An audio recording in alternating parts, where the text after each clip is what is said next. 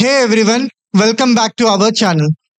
आज हम लोग क्लास 10 के political science chapter 1 power sharing के बारे में कुछ जानेंगे। We will learn about the democracy, rise of democratic ideas as well as different model of power sharing। साथ ही साथ हम लोग पावर शेयरिंग के इम्पोर्टेंस के बारे में जानेंगे एंड हम लोगों को पावर शेयरिंग का जरूरत क्यों है। We will discuss about sharing of power among different organ of government, जैसे कि हम लोग different organ of government, legislature, executive and judiciary में जो power sharing कर रहे हैं वो फॉर्म क्या है, साथ ही साथ दूसरे फॉर्म्स ऑफ पावर शेयरिंग क्या होते हैं। Before we start with chapter power sharing, let's understand the historical perspective of power sharing। हम लोग जानेंगे कि हिस्ट्री में कैसे पावर शेयर किया जाता था, साथ ही साथ डेमोक्रेटिक फॉर्म से पहले कौन कौन से फॉर्म ऑफ गवर्नमेंट थी, क्या उसमें पावर शेयरिंग था या नहीं था। क्वेश्चन है, सो स्टार्ट करते हैं। जितने भी यूरोपियन कंट्रीज हो, एशियन कंट्रीज हो या पूरे दुनिया में, पूरे वर्ल्ड में जितने भी कंट्रीज हो, वहां पे हम लोगों को स्टार्टिंग में हमेशा एक मोनार्कियल फॉर्म ऑफ गवर्नमेंट देखने को मिलता है, मीन्स मोनार्की देखने को मिलता है। What do you understand bye monarchy?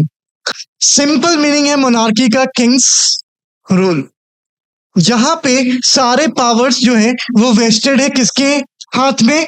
Kings के। जहां पे सेंट्रलाइजेशन ऑफ पावर देखने को मिलता है, जहां पे सोल अथॉरिटी और सोल सिंबल ऑफ पावर कौन होता है? किंग ही रहता है। और साथ ही साथ जो उनके काउंसिल ऑफ मिनिस्टर रहते हैं, वो जो सजेशन देते हैं वो कभी भी बाइंडिंग नहीं होता है किंग्स पे। सो पहले हम लोग कॉन्सेप्ट ऑफ पावर शेयरिंग कहीं भी दूसरे फॉर्म ऑफ गवर्नमेंट में देखने को नहीं मिला है। Now so power sharing is one of the major और इम्पॉर्टेंट एस्पेक्ट्स ऑफ डेमोक्रेसी। अगर हम डेमोक्रेसी का बात कर रहे हैं तो वहां पे पावर शेयरिंग का कॉन्सेप्ट जरूर ही होगा और वो जो पावर शेयरिंग होगा वो कॉन्स्टिट्यूशनली वैलिड होगा। क्वेश्चन है। इट मींस कॉन्स्टिट्यूशनली वैलिड का मतलब है कि कॉन्स्टिट्यूशन खुद ये powers state, local self government and central को डिवाइड करके या डिस्ट्रीब्यूट करके देगी। सो पहला क्वेश्चन है कि हम लोगों को पावर शेयरिंग का जरूरत क्यों पड़ा।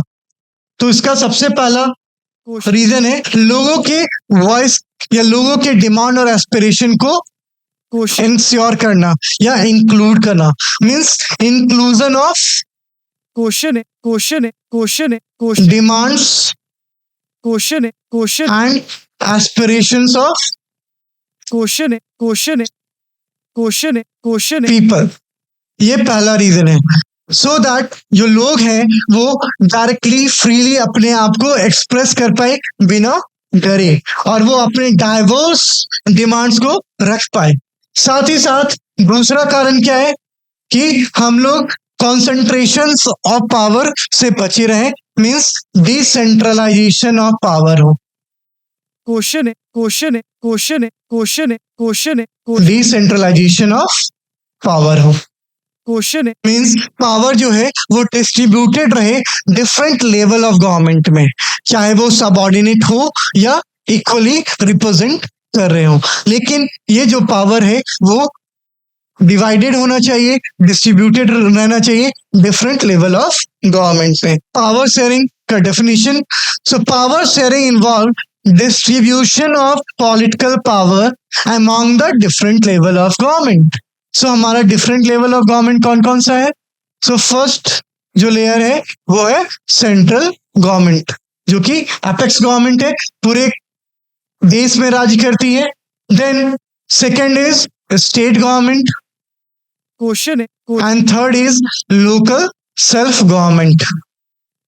और ये पावर डिवीजन किसके द्वारा किया जाएगा? सो ये कॉन्स्टिट्यूशन के द्वारा किया जाएगा। ये ऑलरेडी लिखा हुआ होगा कि ये सेंट्रल गवर्नमेंट के इतने पावर है, स्टेट गवर्नमेंट के इतने पावर है एंड लोकल सेल्फ गवर्नमेंट को इतना पावर दिया जा रहा है। साथ ही साथ इसमें हम लोग डिफरेंट सोशल ग्रुप्स को भी इन्वॉल्व करना स्टार्ट करेंगे। सो ये है हमारा पावर शेयरिंग, जिसका सिंपल मीनिंग है कि शेयरिंग ऑफ पावर और distribution of power among the different level of government. जो डिफरेंट लेवल ऑफ गवर्नमेंट जो है उनमें पावर शेयर करना स्टार्ट करना। ये था हमारा बैकग्राउंड। नाउ हम लोगों को पूरे पावर शेयरिंग चैप्टर को समझने के लिए दो स्टोरी पढ़ना बहुत ही जरूरी है, जिससे हम लोग समझ सकते हैं कि वो दो कंट्री कैसे अपने जो डिमांड उठता है डिफरेंट लेवल ऑफ गवर्नमेंट के द्वारा वो कैसे हैंडल करती हैं। सो इसी से स्टार्ट करते हैं हम लोग। दो केसेस है, पहला केस है बेल्जियम का एंड दूसरा केस है श्रीलंका का। First we will discuss about the Belgium case. हमारा बेल्जियम, तो सबसे पहले हम लोगों को पता रहना चाहिए कि बेल्जियम कहाँ पे है। तो ये हमारे यूरोपियन कॉन्टिनेंट में है। कहाँ पे है? यूरोपियन कॉन्टिनेंट में। एंड अगर राइट साइड देखिएगा तो ये हमारा बेल्जियम है एंड ब्रुसेल्स है, ये हमारा कैपिटल सिटी है किसका? बेल्जियम का। ये कैपिटल है बेल्जियम का। नाउ यहाँ पे आपको नेबरिंग कंट्रीज देखने को मिलेंगे जिसके द्वारा ये सराउंडेड है। पहला Netherland, second Germany, third Luxembourg and fourth is France. And upper side में ये नॉर्थ सी से घिरा हुआ है। सो बेल्जियम के चार important and one of the important question for MCQs board में बहुत बार आ चुका है कि नेबरिंग कंट्रीज ऑफ बेल्जियम कौन कौन से हैं। सो ये आपको याद रखना है। First is Netherland, second is Germany, third is Luxembourg and fourth is France. अगर इसको हम लोग देखें तो आप देखिएगा here you will be able to see the Belgium in the middle part. Then at the top you can see London, United Kingdom. At the left side you will be able to see France and Paris.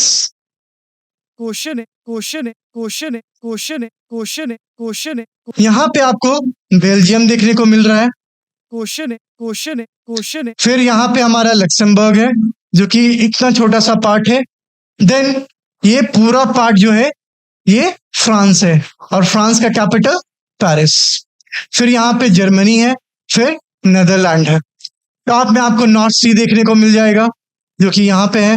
ये पूरा part क्या है? North सी का reason है। And इसके बाद London या UK आपको देखने को मिलेगा। So here you can see the Belgium and then Brussel. Brussel जो है वो हमारा कैपिटल सिटी है।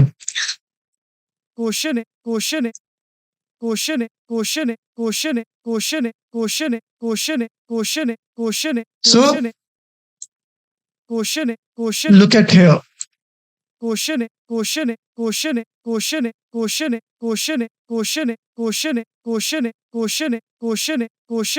So ब्रुसेल जो है वो हमारा कैपिटल सिटी है किसका?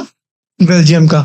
सो वी हैव अंडरस्टूड कि बेल्जियम कहाँ पे लाई करता है, that is in the European continent और इसके चार नेबरिंग कंट्रीज है। फर्स्ट इज नेदरलैंड जो कि टॉप राइट साइड में है, then Germany, then Luxembourg and then France. ये हमारा ज्योग्राफिकल लोकेशन है बेल्जियम का। Now coming to the next topic, ethnic composition. What do you understand by ethnic? जब भी हम लोग एथनिक का बात करते हैं, it represent a social group having common culture, tradition, custom, language, as well as geographical boundaries and so on. So ethnic का मतलब क्या होता है? कुछ लोगों का समूह जिनका कॉमन कल्चर हो, ट्रेडिशन हो, कस्टम हो और लैंग्वेज हो, साथ ही साथ कुछ ज्योग्राफिकल बाउंड्रीज भी हो, उनको हम लोग एथनिक बोलते हैं। और अगर हम बेल्जियम के एथनिक कंपोजिशन के बारे में बात करें तो यहाँ पे दो पर्टिकुलर रीजन जो थे बहुत ही इंपॉर्टेंट। तो यहाँ पे अगर आप मैप में देखिएगा, it is a Belgium map इसका जो नॉर्दर्न पार्ट है वो फ्लेमिश रीजन कहलाता है, क्वेश्चन है फ्लेमिश रीजन कहलाता है। और यहाँ पे जो मेजॉरिटी में है वो है डच स्पीकर, जो डच लैंग्वेज बोलते हैं। क्वेश्चन है क्वेश्चन है क्वेश्चन है क्वेश्चन है बेल्जियम में बेसिकली प्रॉब्लम हुआ था related to the linguistic. So linguistic का मतलब होता है on the basis of language. अगर लिंग्विस्टिक का मतलब ढूंढे तो इसका सिंपल मीनिंग है on the basis of language. So Belgium जो है वो दो लिंग्विस्टिक ग्रुप के बीच में डिवाइडेड है। एक है फ्लेमिश रीजन जहां पे मेजॉरिटी जो है वो डच स्पीकर्स का है, जहां पे क्वेश्चन है पूरी बेल्जियम के जो फ्लेमिश रीजन में है वहां पे 59% लोग जो है डच लैंग्वेज का यूज कर रहे हैं, डच लैंग्वेज बोलते हैं। वहीं दूसरा रीजन जो है वो वेलोनिया है जो कि फ्रेंच स्पीकर का है, क्वेश्चन है क्वेश्चन है क्वेश्चन है क्वेश्चन है क्वेश्चन है जहां पे इनका जो पॉपुलेशन है पूरे बेल्जियम में 40% जो फ्रेंच स्पीकर है वो सदर्न पार्ट ऑफ बेल्जियम में रिसाइड करते हैं। सो 59% किनका हो गया? डच स्पीकर का। मीन्स डच जो है वो पूरे रीजन में मेजॉरिटी में है, मीन्स पूरे बेल्जियम में मेजॉरिटी में है। क्वेश्चन है और जो फ्रेंच है वो सिर्फ 40% है पूरे बेल्जियम में। इसके अलावा हम लोगों को 1%, ये जो ग्रीन एरिया है वहां पे 1% रिप्रेजेंटेशन किनका है? जर्मन स्पीकर का। सो 59% is for Dutch speaker, 40% is for French speaker and rest 1% is for German speaker. तो 100 हो गया। सो 59 plus 1 60 and plus 40 is 100%। Total यहाँ पे जो डिवीजन है वो मेनली दो लैंग्वेज के बेसिस पे डिवीजन है, एक डच स्पीकर्स के और दूसरा फ्रेंच स्पीकर का। सो फ्लेमिश रीजन में याद रखिएगा कौन मेजॉरिटी में है? तो डच लैंग्वेज। हमेशा याद रखिए फ्लेमिश से हमारा ज्यादातर हम लोग रिलेट करते हैं फ्रेंच का, लेकिन फ्लेमिश से हमेशा याद रखिए फ्रेंच का अपोजिट दैट इज डच। तो वहां पे वो मेजॉरिटी में है। और वेलोनिया में जब फ्लेमिश में डच मेजॉरिटी में है तो वेलोनिया में फ्रेंच मेजॉरिटी में आ जाएंगे और रेस्ट जो बचेगा वो हमारा क्या हो जाएगा? जर्मन स्पीकर हो जाएंगे। ठीक है, इतना हमारा एथनिक कंपोजिशन है। नाउ अंडरस्टैंड, तो Flemish region is for Dutch speaker, Wallonia region is for French speaker और जर्मन में 1%। क्वेश्चन नाउ फ्लेमिश रीजन और वेलोनिया रीजन तो डिसाइड हो गया, बट जो ब्रसल्स है, जो कैपिटल सिटी है, जो इस यहाँ पे हम लोग मार्क कर रहे हैं, ये जो रीजन है ये हमारा कैपिटल सिटी है। अभी हम लोग खुद बात किए हैं क्वेश्चन बेल्जियम का कैपिटल ब्रसल, बट यहाँ पे दूसरा ही सिचुएशन है। कैपिटल सिटी ब्रसल्स में क्या हुआ कि 80% जो स्पीकर है वो फ्रेंच में है और जो डच है वो 20% है। अब कैपिटल सिटी जो सिटी है वहां पे क्या हो गया? मेजॉरिटी फ्रेंच का हो गया और माइनॉरिटी में कौन हो गए? डच हो गए। लेकिन पूरे देश में डच जो है वो मेजॉरिटी में है और फ्रेंच जो है माइनॉरिटी में है। तो यहाँ पे आपको 4 की पॉइंट्स को बहुत ही ज्यादा इंपॉर्टेंस देना पड़ेगा। पहला, बेल्जियम के फ्लेमिश रीजन के बारे में। फ्लेमिश रीजन में याद रखिएगा 59% जो है वो ओवरऑल पूरे बेल्जियम के 59% जो डच स्पीकर है वो फ्लेमिश रीजन में रिसाइड करते हैं। फिर दूसरा जो है वेलोनिया रीजन जो कि फ्रेंच स्पीकर का है और वो 40% कहाँ पे है? Wallonia region, that is the southern part of the Belgium. Then rest 1% is German. अब आते हैं ब्रसल्स। ब्रसल्स जो कैपिटल सिटी है वहां पे जो फ्रेंच स्पीकर है वो 80% है, जो कि रिसाइड करता है कहाँ पे? फ्लेमिश रीजन पे। एंड जो डच स्पीकर है वो 20% है और इस वजह से यहाँ पे टसल्स होना स्टार्ट हो जाता है इनके बीच में, French speaker and Dutch speaker के बीच में। Now coming to the next topic. अब बेल्जियम में हो क्या रहा है 1950 टू 1960s में?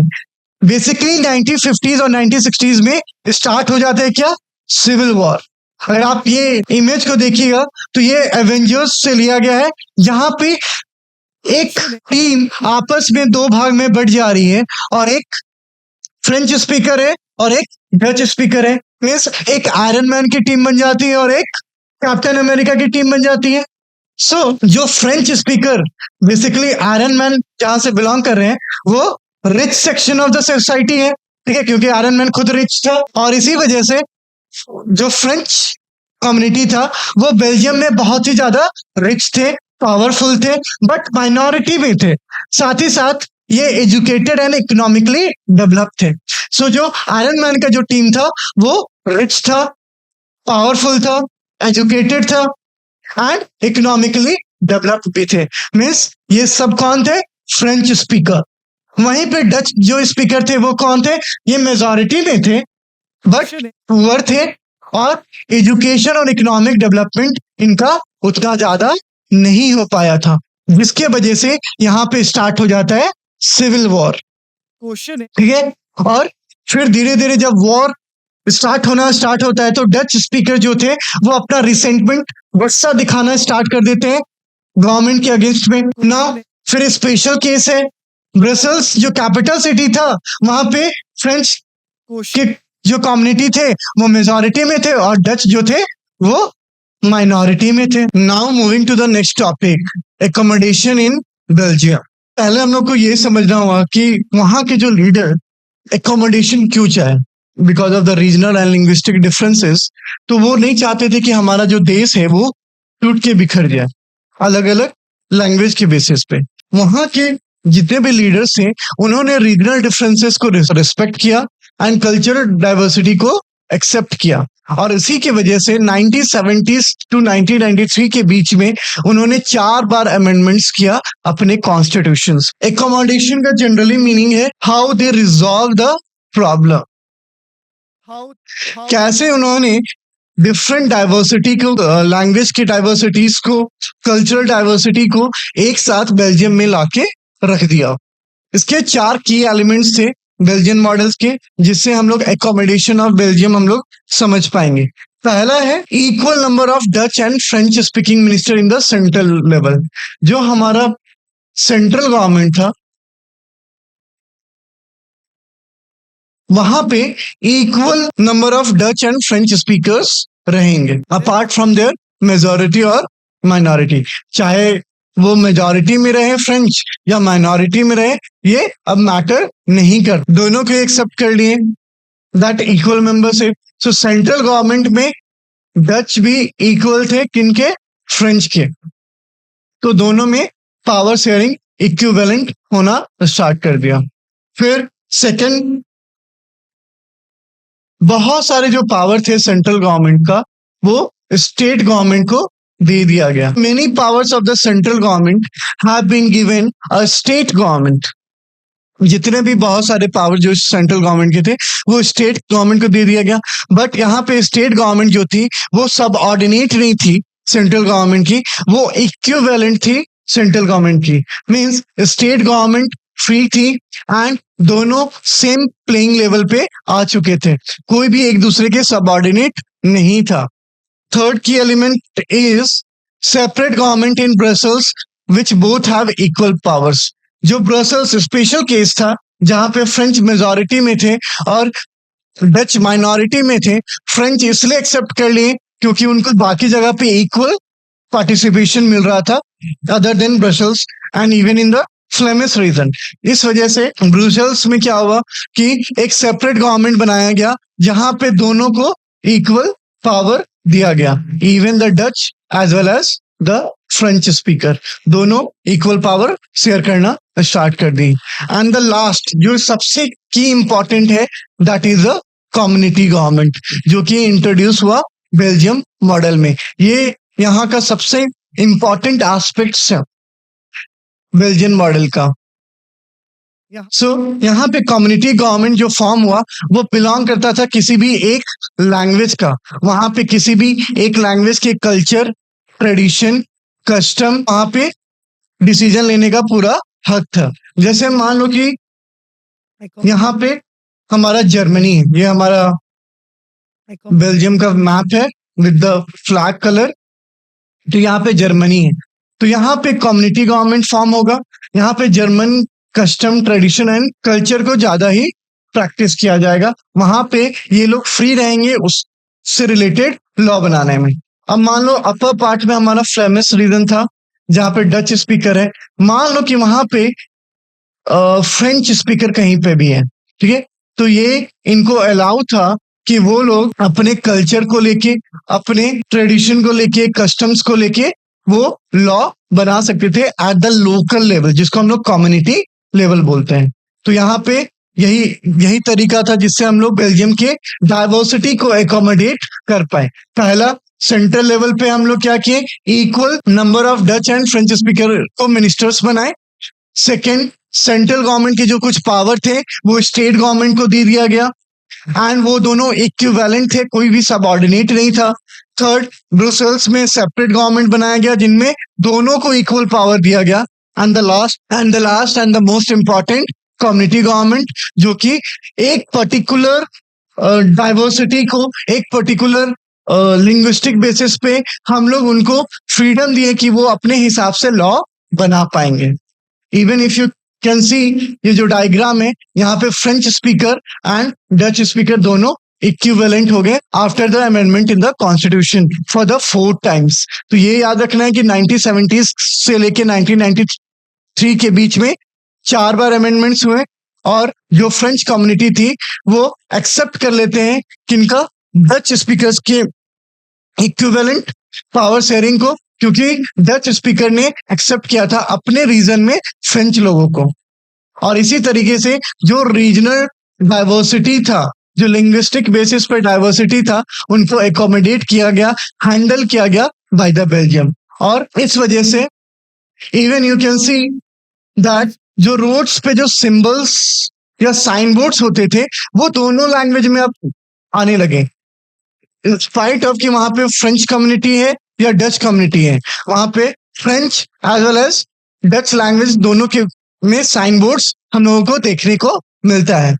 एंड बेल्जियम अपने डाइवर्सिटी को इतने पीसफुली, इतने ब्यूटीफुली एकोमोडेट किया कि वहां पे यूरोपियन यूनियन का पार्लियामेंट बना लिया गया।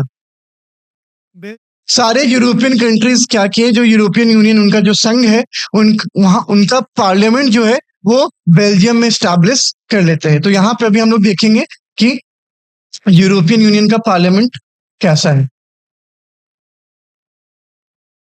So this part is the European union parliament, जो कि इस हमारा ब्रसेल्स बेल्जियम में established. So you can think कि उन्होंने कैसे अपने डाइवर्सिटी को एकोमोडेट किया इतने अच्छे से कि पूरे यूरोप का जो यूरोपियन यूनियन का पार्लियामेंट है वो बेल्जियम में स्टैब्लिश कर जाता है, ठीक है। And they are always praise for this establishment of the government. वो हमेशा उनको प्रेज किया जाता है कि जैसे उन्होंने बहुत अच्छे तरह से अपने रीजनल डिफरेंसेस को भुला के सबको एक्सेप्ट किया गया और उनको पावर शेयर किया गया, ठीक है। यहाँ पे हमारा खत्म होता है Belgium model of. accommodate now coming to the Sri Lanka. पहले हम लोग समझेंगे श्रीलंका में, तो इंडिया के नीचे जो पार्ट है हमारा उसको हम लोग श्रीलंका बोलते हैं। नाउ यहाँ पे जो हमारा एथनिक कंपोजिशन है, एथनिक का मतलब बताए थे a group of people based on the tradition, culture, custom, have follow certain laws, so उनको हम लोग एथनिक बोलते हैं। तो श्रीलंका में बहुत सारे एथनिक कंपोजिशन के लोग थे, बट मोस्टली कौन कौन से थे, Sinhalese and second is Tamils. Sinhalese जो थे वहां के ओरिजिन इंडिजिनस पीपल थे, वहीं से वो इवॉल्व हुए थे। और जो तमिल्स स्पीकर थे वो during the colonial time Indian Tamils को यहाँ पे लेके लाया गया था फॉर द प्लांटेशन या किसी भी एक्टिविटीज के लिए।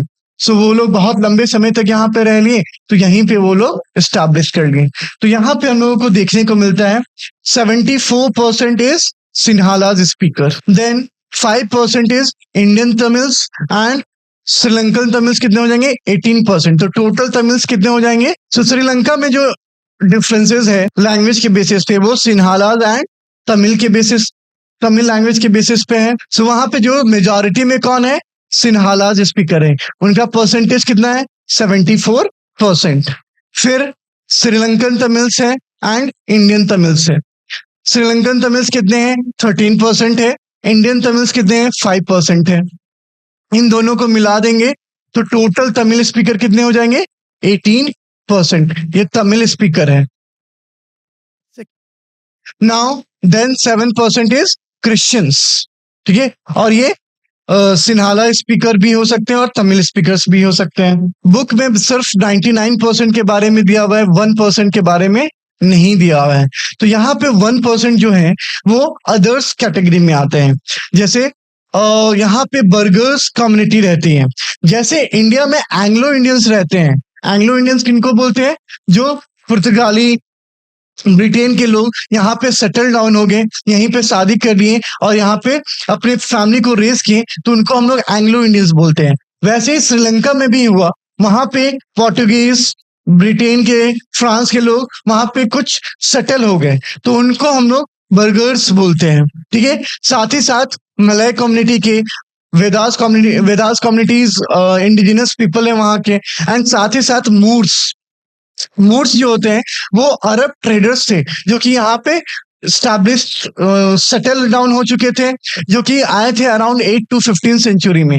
मूर जो वर्ड है वो पुर्तगाली के द्वारा दिया गया था मुस्लिम्स को, ठीक है। यहाँ पे मोस्टली सुन्नी मुस्लिम्स रहते हैं। तो यहाँ पे आप जो पैचेस देख रहे हो, ठीक है, ये वाला पैचेस, ये पैचेस, ये पैचेस, तो ये मूर कम्युनिटी का है जो कि सुन्नी मुस्लिम्स को बिलोंग करता है, ठीक है। हमारा जो नॉर्थ ईस्टर्न साइड में कौन रहते हैं?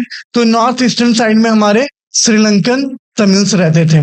और जो येलो पार्ट है हमारा, पूरा येलो पार्ट, वो हमारा क्या है? सिन्हालीज श्रीलंका का। 5% हो गए इंडियन तमिल्स, श्रीलंकन तमिल्स हो गए 13%, टोटल तमिल्स हो जाएंगे 18%, क्रिश्चियंस हो जाएंगे 7%, अदर में जो बर्गर्स, तो जो कि पुर्तगाली, फ्रांस और ब्रिटेन के लोग यहाँ पे सेटल हो गए, उनको हम लोग बर्गर्स बोलते हैं। फिर मलयस कम्युनिटीज, देन वेदास कम्युनिटी, ये इंडिजिनस ग्रुप है वेदास श्रीलंका का, जो, और फिर साथ ही साथ जो सुन्नी मुस्लिम से जिनको मूर्स बोला जाता है, वो पूरे 1% को रिप्रेजेंट करते हैं, ठीक है। ये है हमारा एथनिक कंपोजिशन ऑफ श्रीलंका। अगर मैप में देखें तो मैप में हमारा नॉर्थ और ईस्टर्न पार्ट किसको बिलोंग करता है? तो ये श्रीलंकन तमिल्स को बिलोंग करता है। देन ब्राउन पार्ट जो है वो हमारा किसको रिप्रेजेंट कर रहा है? इंडियन तमिल्स को। येलो पार्ट जो है वो रिप्रेजेंट करता है सिन्हालास को, एंड जो पैचेस है सर्कल में वो रिप्रेजेंट कर रहा है मुस्लिम, जिसको हम लोग मूर्स मुस्लिम्स भी बोलते हैं। Is it clear?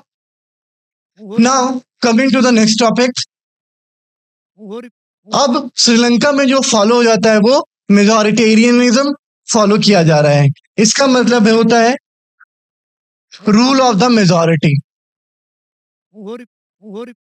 Rule of the majority means जिनका नंबर ज्यादा है वही रूल करेंगे श्रीलंका में। So we have studied that कि जो सिन्हाला स्पीकर है वो कितना परसेंट रिप्रेजेंट कर रहे हैं? 74% पूरे श्रीलंका में।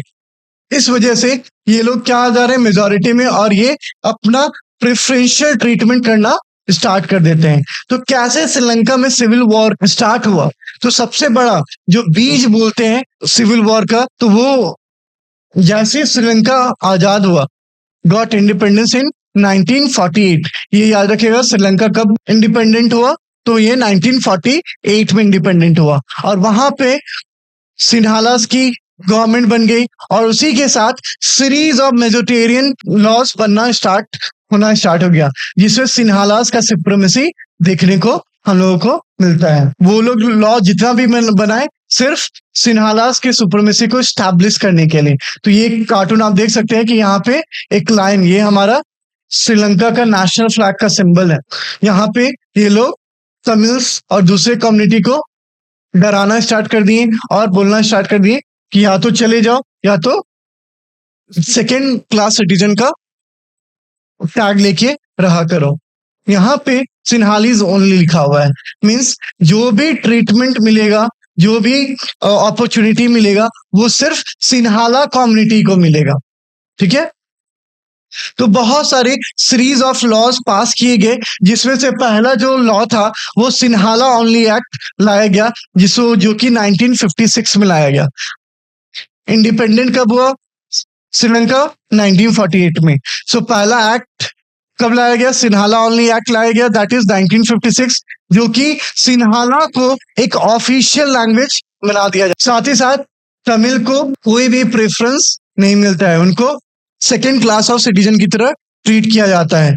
साथ ही साथ उनको उनका कोई रिप्रेजेंटेशन नहीं रहता है एजुकेशन में, ना ही गवर्नमेंट जॉब में। जितने भी high post A class job, B class job जो है वो सिन्हालीस के लिए थे, और जितने भी लोअर क्लासेस ऑफ जॉब्स जो होते हैं, ठीक है, जैसे गार्बेज उठाना, साफ सफाई करना, ये सिर्फ तमिल स्पीकर्स के लिए छोड़ दिया गया, जिसकी वजह से धीरे धीरे इनके अंदर क्या आना स्टार्ट हो गया? गुस्सा आना स्टार्ट हो गया, रिसेंटमेंट शो करना स्टार्ट कर दिए, और इनके सेंटिमेंट्स को ये लोग हर्ट करना स्टार्ट कर दिए।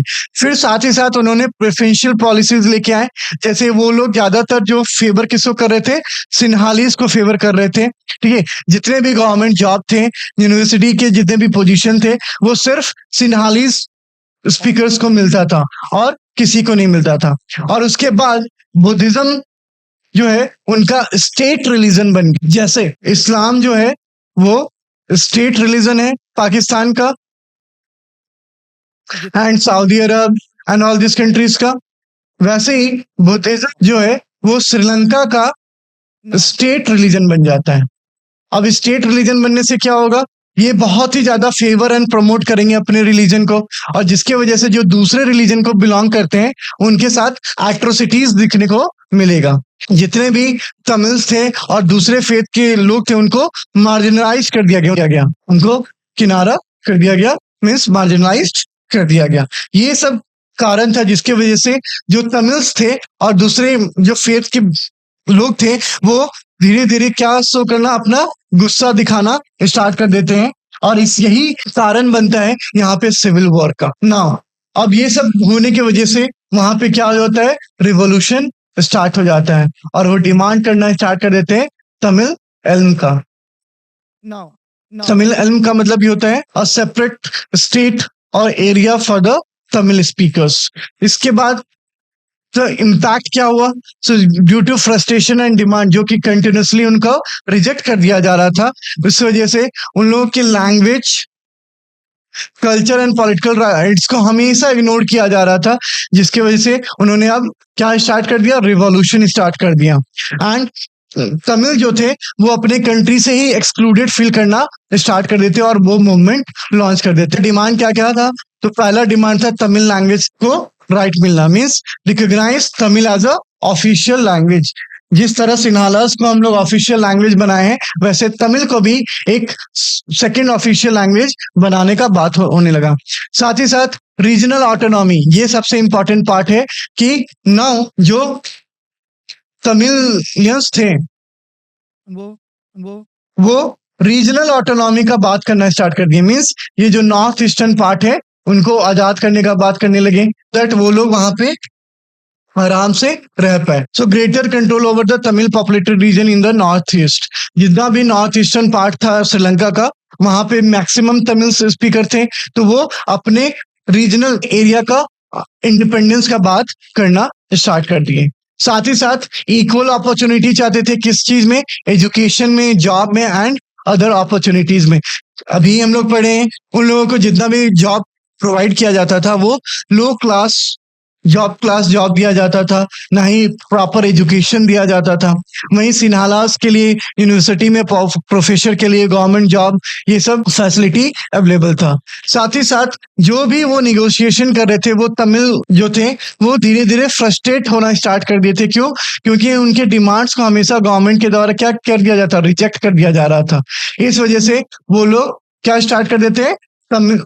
तमिल एल्म का डिमांड करना स्टार्ट करते हैं और रिवॉल्यूशन स्टार्ट कर देते हैं। फिर धीरे धीरे जब 1980s आता है और 2009 तक में वहां पे राइज हो जाता है एक मिलिटेंसी का, एक मिलिट्री ग्रुप्स का, जो कि वॉर करना स्टार्ट कर देती है श्रीलंकन गवर्नमेंट के अगेंस्ट में। और तभी वहां पे हम लोग देखते हैं तमिल एक सेपरेट मिलिट्री ऑर्गेनाइजेशन फॉर्म कर लेता है, जिसको हम लोग बोलते हैं LTTE, जिसका फुल फॉर्म है liberation tigers of Tamil Elm, जिसके जो हेड थे, सुप्रीमो थे, वो प्रभाकरन थे। इवन ये जो LTT ग्रुप है वो राजीव गांधी के असैसिनेशन के लिए जिम्मेदार है। 1980s तक क्या हुआ कि तमिल सेपरेटिस्ट ग्रुप बन गया, जिसमें LTT का फॉर्म हुआ और उन्होंने डिमांड करना स्टार्ट क्या कर दिया, इंडिपेंडेंट तमिल स्टेट, एक अलग देश होना चाहिए किनका, तमिल स्पीकर्स का, और उनको नाम क्या दिया गया, तमिल एल्म। फिर धीरे धीरे यहाँ पे कम्युनिटी के बीच में,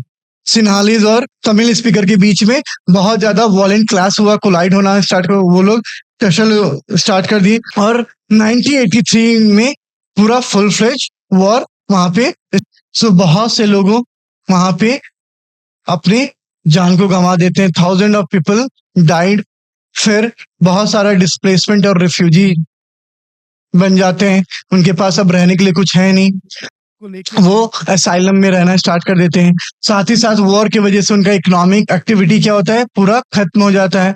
एंड जो सोशल कल्चरल डिस्टर्ब था वो आज तक हम लोगों को देखने को मिलता है। तो ये देखिए कंडीशन क्या था, पूरा को लेके जगह को आग लगा दिया गया था।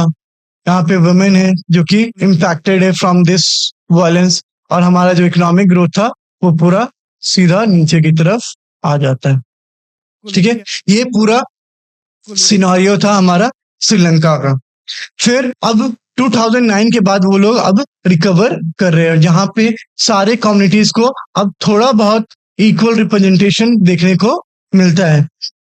अब हम लोग पीस प्रमोट कर रहे हैं, जस्टिस दे रहे हैं, जितने भी पास्ट में जितने भी गलत हुआ है उन सब को लेके हम लोग अब जस्टिस प्रोवाइड कर रहे हैं। साथ ही साथ हम लोग इकोनॉमिक रिकंस्ट्रक्शन कर रहे हैं, जिसमें हम लोग अनएम्प्लॉयमेंट और जो पॉवर्टी है जो लगातार प्रेजेंट है उनको हटाने का कोशिश कर रहे हैं, रिबिल्ड कर रहे हैं। एंड इवन कोविड में भी देखे होंगे देर वहां पे फिर से सिविल वॉर स्टार्ट हो चुका था, बट फिर से अब वहां पे पीसफुली हम लोग हैंडल कर रहे हैं with the support of international organisation. India भी बहुत हेल्प किया है श्रीलंका को स्टेबल करने में। सो ये टोटल है हमारा क्या, श्रीलंका का केस स्टडी। तो हम लोग कंपैरिजन करें तो बेल्जियम एंड श्रीलंका में, तो यहाँ पे फ्रेंच जो थे वो माइनॉरिटी में थे बट रिच और पावरफुल थे, और ये डोमिनेट कर रहे थे। वहीं पे श्रीलंका में कौन डोमिनेट कर रहा था, सिन्हालास, जिनका रिप्रेजेंटेशन 74% था पूरे कंट्री में, और वो अपने बेसिस पे लॉ बना रहे थे, प्रेफरेंस अपने लोगों को ज्यादा दे रहे थे। तो यहाँ पे जो सिविल वॉर हुआ तो वहां पे ये लोग ब्यूटीफुली अपने गवर्नमेंट को स्टैब्लिश किए। ठीक है, वहां पे पावर शेयरिंग करना स्टार्ट कर दी। सिन्हालाज में अभी भी रिकवर हो ही रहे हैं, कोई प्रॉपर चैनल नहीं है कि वो पूरा कंप्लीटली रिकवर हो चुके हैं, अभी भी वो इसी फेज में है, प्रोसेस में है। तो कौन सा मॉडल सबसे अच्छा है, तो हमारा बेल्जियम मॉडल सबसे अच्छा है, जहां पे सारे वॉइसेस को रिप्रेजेंटेशन मिलता है गवर्नमेंट में, सबको इक्वल पावर मिलता है। बट यहाँ पे हम लोगों को इक्वल पावर मिलता नहीं है। सो बेल्जियम और श्रीलंका मॉडल को हम लोग समझ चुके हैं। Now next topic is why power sharing is desirable. Power sharing क्यों जरूरी है किसी भी फॉर्म ऑफ गवर्नमेंट में, तो इसका दो रीजन है। पहला है prudential reason now and second is moral reason. Prudential का मीनिंग अगर हम लोग नॉर्मली देखिए या सिंप्लीफाई वे में, सो लॉजिकल या इंपॉर्टेंट बोल सकते हैं इस कॉन्टेक्स्ट में, कि लॉजिकल रीजन क्या है एंड मोरल हम लोग जानते हैं नैतिक रीजन क्या है। मैं मैं मैं नैतिक मैं मैं रीजन क्या है मैं फॉर मोरालिटी पर्सपेक्टिव? तो सबसे पहले हम लोग बात करेंगे prudential logical reason power sharing क्यों जरूरी है डेमोक्रेसी में। तो सबसे पहला पॉइंट है कि ये कॉन्फ्लिक्ट को रिड्यूस करता है, मतलब किसी भी कॉन्फ्लिक्ट को, लड़ाइयों को कंप्लीटली खत्म कर देता है। जैसे हम लोग बेल्जियम मॉडल में देखें कि पावर शेयरिंग के थ्रू हम लोग जो भी डिमांड्स और एस्पिरेशन थे डच स्पीकर्स के, और जिसके वजह से वहां पे कॉन्फ्लिक्ट और सिविल वॉर हुआ, वो पावर शेयर से क्या हुआ, खत्म हो गया। तो सोशल ग्रुप्स को रिप्रेजेंटेशन मिल जाता है, जो डिफरेंट डिफरेंट सोशल ग्रुप है। साथ ही साथ वायलेंस मार्जिनलाइजेशन को प्रिवेंट करता है, रोक के रखता है कि यहाँ पे कोई भी वायलेंस नहीं होगा और किसी को भी किनारे नहीं कर दिया जाएगा। दूसरा कारण क्या है, पॉलिटिकल स्टेबिलिटी। जब हम लोग पावर शेयर करना स्टार्ट करेंगे तो सब जितने भी कम्युनिटी रहेंगे वो हैप्पी रहेंगे। क्यों? क्योंकि उनके आवाज को, उनके डिमांड्स को सुना जा रहा है गवर्नमेंट में। तो जो भी डाइवर्स इंटरेस्ट है वो एकोमोडेट कर पाएंगे, और जिसके वजह से हमारा जो पॉलिटिकल स्ट्रक्चर है वो स्टेबल रह पाएगा। साथ ही साथ हम लोग प्रिवेंट कर पाएंगे इनस्टेबिलिटी और अनरेस्टनेस को, जो कि हेल्प करेगा स्टेबिलिटी लाने में हमारे कंट्री में। And the last reason is avoid tyranny of majority, means majority will not rule over the minority. जैसे हम लोग श्रीलंका में देखे कि सिन्हालास जो थे वो मेजॉरिटी में थे और वो माइनॉरिटी पे रूल कर रहे थे। जो भी मेजॉरिटी में है वो अत्याचार नहीं करेंगे किन पे, माइनॉरिटी पे, जिसके वजह से हम लोग सारे ग्रुप को इक्वली ट्रीट करेंगे एंड हम लोग किसी को भी हार्म करने से बचेंगे। सो ये हमारा प्रूडेंशियल या लॉजिकल रीजन है। पहला है रिड्यूस कॉन्फ्लिक्ट, दूसरा है political stability, and third avoid tyranny of the majority. और भी सिंपल वे में हम लोग बोल सकते हैं majority will not rule over the minority. Majority के जो लोग हैं वो माइनॉरिटी पे रूल नहीं करेंगे। ठीक है, ये हमारा प्रूडेंशियल रीजन हो गया। Now second is moral reason. Moral reason में हम लोग नैतिकता का बात करेंगे कि क्यों जरूरी है। वहां पे लॉजिकल हो गए तो यहाँ पे हम लोग नैतिक का बात करेंगे। सो पहला कारण है spirit of the democracy. Democracy के आत्मा को बचाने के लिए हम लोगों को पावर शेयरिंग करना जरूरी है, जिससे हम लोग सिटीजन के पार्टिसिपेशन को इन्वॉल्व कर पाएंगे और सभी लोगों को जस्टिस एंड इक्वल ट्रीटमेंट कर पाएंगे। Then we have legitimate government. जो भी गवर्नमेंट बनेगी वो लॉ को फॉलो करो, वो कॉन्स्टिट्यूशन को फॉलो करो, जिससे वहां पे एक ट्रस्ट बिल्डअप होगा लोगों, सिटीजन एंड गवर्नमेंट के बीच में, और सभी कोई क्या करेंगे, रूल फॉलो करना स्टार्ट कर देंगे। और इससे जब कोई भी काम अगर लॉ के हिसाब से होगा तो वहां पे सारे लोगों का रिप्रेजेंटेशन देखने को मिलता है। ये क्वेश्चन बहुत इंपॉर्टेंट है, why power sharing is desirable, ये 3 मार्क्स में आ सकता है। सो यहाँ पे इंपॉर्टेंट मार्क कर लीजिएगा। टोटल पावर शेयरिंग क्यों जरूरी है, 2 कारणों से।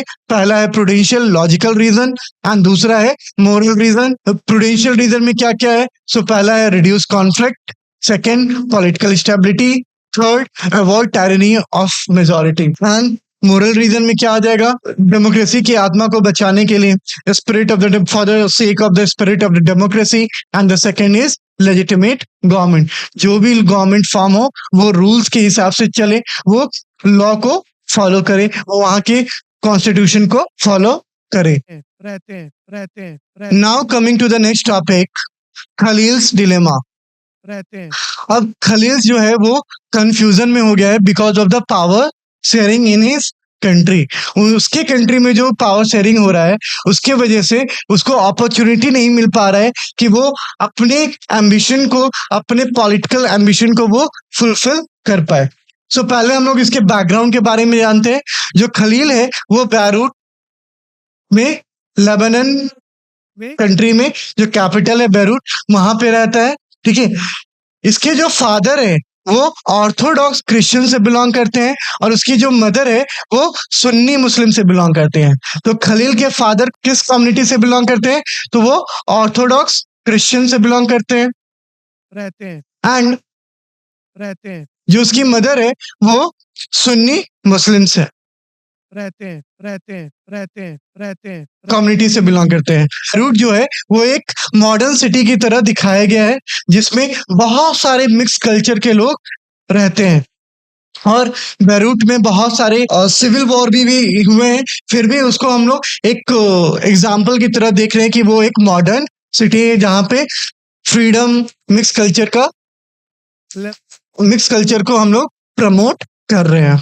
ठीक है, सो पहला चीज हम लोगों को जानना कि खलील के जो फादर है वो ऑर्थोडॉक्स क्रिश्चियन है and mother Sunni Muslim.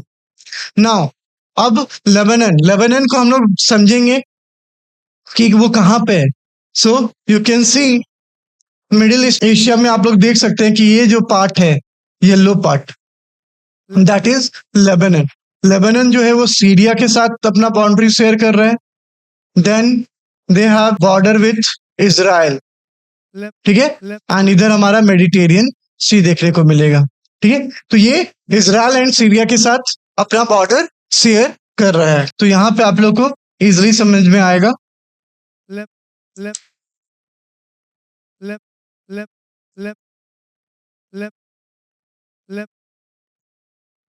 Lebanon यहाँ पे है आपका, देन इजराइल, सीरिया एंड वहां पे हम लोग को बेरूट देखने को मिलेगा। So Beirut is a modern city in the Lebanon. So basically जो लेबनान है वो हमारा मिडिल ईस्ट कंट्री में बिलोंग करता है जो बाउंड्री इजराइल एंड सीरिया के साथ लगा रहा है। Now coming to the topic कि वहां पे पावर शेयरिंग हमारा कैसा है। लेबनान में जब सिविल वॉर खत्म होता है तो वहां के जो लीडर है वो एक अलग तरह का पावर शेयरिंग करते हैं और जो कि बेस्ड होता है हमारा रिलीजन के बेसिस पे। जितने भी रिलीजियस सेक्ट है वो पावर शेयर करना स्टार्ट कर देते हैं। इसमें जो इम्पोर्टेंट पोर्टफोलियो है जैसे प्रेसिडेंट का, प्राइम मिनिस्टर का, डिप्टी प्राइम मिनिस्टर का, स्पीकर ऑफ द पार्लियामेंट का, वो अलग अलग रिलीजियस कम्युनिटीज को दे दिया जाता है। जैसे प्रेसिडेंट जो है वो मैरोनाइट क्रिश्चियंस बनेंगे, प्राइम मिनिस्टर कौन बनेंगे, सुन्नी मुस्लिम कम्युनिटी से बिलोंग करेंगे, डिप्टी प्राइम मिनिस्टर कौन बनेंगे, ऑर्थोडॉक्स क्रिश्चियंस बन जाएंगे, एंड जो स्पीकर होंगे पार्लियामेंट के वो सिया मुस्लिम बन जाएंगे। इनके अलावा कोई नहीं बनेगा। तो इसमें प्रॉब्लम क्या होगा कि जो दूसरे सेक्ट के लोग हैं, इवन जो एथिस्ट है, जो किसी भी रिलीजन को मानते नहीं है, उनको कभी भी ये पोर्टफोलियो, इंपॉर्टेंट पोर्टफोलियो कभी भी नहीं मिल सकता है। क्यों? क्योंकि ये सारे जो सीट्स है, president, prime minister, deputy prime minister, speaker of the parliament, ये पर्टिकुलर रिलीजन के लिए रिजर्व रखा गया है। मैरोनाइट क्रिश्चियन जो है वो सिर्फ प्रेसिडेंट बन सकते हैं, प्राइम मिनिस्टर कभी नहीं बन पाएंगे।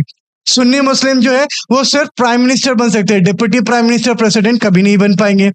जो ऑर्थोडॉक्स क्रिश्चियन है वो सिर्फ डिप्टी प्राइम मिनिस्टर बन पाएंगे। जो सिया मुस्लिम है वो सिर्फ स्पीकर ऑफ द पार्लियामेंट बन पाएंगे। अब खलील के पास प्रॉब्लम, फ्रस्ट्रेशन क्यों है? क्योंकि उसके फादर बिलोंग करते हैं ऑर्थोडॉक्स क्रिश्चियन से और उसकी जो मदर है वो सुन्नी मुस्लिम से बिलोंग कर रही है। तो सर्टेन रिलीजन हो नहीं पाते। और खलील खुद एक क्या है, एथिस्ट है, वो किसी भी रिलीजन पे बिलीव नहीं कर रहे हैं। इस वजह से के अंदर बहुत ज्यादा फ्रस्ट्रेशन आना स्टार्ट हो जाता है फ्रॉम द पावर शेयरिंग। साथ ही साथ ये जो पावर शेयरिंग है कुछ अग्रीमेंट भी लेके आता है। जैसे ये एक दूसरे पे कभी भी डोमिनेट नहीं करेंगे। जैसे जो क्रिश्चियन है वो मुस्लिम पे डोमिनेट नहीं करेगा, मुस्लिम जो है वो क्रिश्चियन पे डोमिनेट नहीं करेगा। यहाँ पे बैलेंस बना रखेगा सारे ग्रुप में। साथ ही साथ इन्होंने एक एग्रीमेंट भी साइन किया है जिसमें क्रिश्चियन जो है वो फ्रेंच का हेल्प नहीं लेंगे किसी भी मैटर में, और मुस्लिम जो है वो कभी भी अपने एरिया को सीरिया में यूनिफाई नहीं करेंगे, मीन्स सीरिया के साथ नहीं जोड़ेंगे। ये एग्रीमेंट इन लोगों के बीच में साइन हुआ है with the power sharing. So mostly अगर हम लोग देखें तो यहाँ पे जो पावर शेयरिंग हो रहा है वो रिलीजन बेसिस पे है और इसका बहुत ज्यादा डिसएडवांटेज है क्योंकि ये लैक ऑफ अपॉर्चुनिटी देता है। जो लोग किसी भी रिलीजन से बिलोंग नहीं कर रहे हैं, एथिस्ट है, रिलीजन से हैं और वो प्रेसिडेंट बनना चाहते हैं तो वो कभी नहीं बन पाएंगे। क्यों? क्योंकि यहाँ पे जो पावर शेयरिंग मेथोडोलॉजी है वो स्पेशली रिलीजन के बेसिस पे है। नाउ खलील का फ्रस्ट्रेशन क्या है? सो खलील अनहैप्पी है कि क्यों? ऑब्वियस सा बात है, क्योंकि उसके फादर ऑर्थोडॉक्स क्रिश्चियन है एंड मदर सुन्नी मुस्लिम है एंड वो किसी भी रिलीजन पे बिलीव नहीं करता है। तो उसका जो पॉलिटिकल एम्बिशन है वो कभी भी फुलफिल नहीं हो पाएगा। और ये क्यों नहीं हो पाएगा? Because of the power sharing. So वो कैसा डिमांड क्या चाहता है? तो वो नॉर्मल डेमोक्रेसी चाहता है, जो रिप्रेजेंटेटिव डेमोक्रेसी होता है, जहां पर रिप्रेजेंटेटिव को हम लोग इलेक्ट करते हैं और वो किसी भी कास्ट, क्रीड, कलर, किसी भी रिलीजन का हो, वो मैटर नहीं करता है। अगर वो पॉपुलर कैंडिडेट है तो जीत जाएगा, अगर वो पॉपुलर कैंडिडेट नहीं है तो वो हार जाएगा।